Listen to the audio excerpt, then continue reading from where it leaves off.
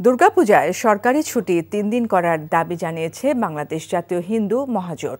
সকালে জাতীয় প্রেস ক্লাবে বাংলাদেশ জাতীয় হিন্দু মহাজোট আয়োজিত আসন্ন দুর্গাপূজায় নিরাপত্তা ও হিন্দু সম্প্রদায়ের ভাবনা শীর্ষক আলোচনায় এই দাবি তুলে ধরা হয়।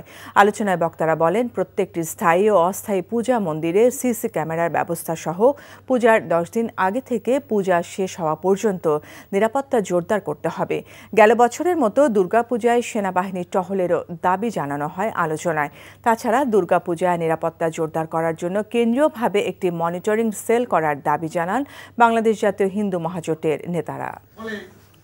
আমার ধর্মীয় অনুভূতি যে আঘাতটা আসছে, সেখানে সরকার, রাজনৈতিক দল বা এদেশের বুদ্ধিজীবী তারা নীরব কেন? আমার একটা প্রতিমত ভাঙার কথা নয়, একটা বলতে আঘাত দেওয়া মানেই তো সেখানে সাম্প্রদায়িকতা। একটি ঘটনাও কিন্তু আমরা মিথ্যা তুলে ধরি নাই। যদি সেটার কোনো প্রমাণ সরকার দিতে পারে, আজকে দীর্ঘ সময় থেকে কিন্তু আমরা এগুলি বলছি, কিন্তু কোনোটারই কিন্তু বিচার হচ্ছে না। বান্ডেল থাকলে প্রতি সেনমানিতে টাকা বাঁচবে।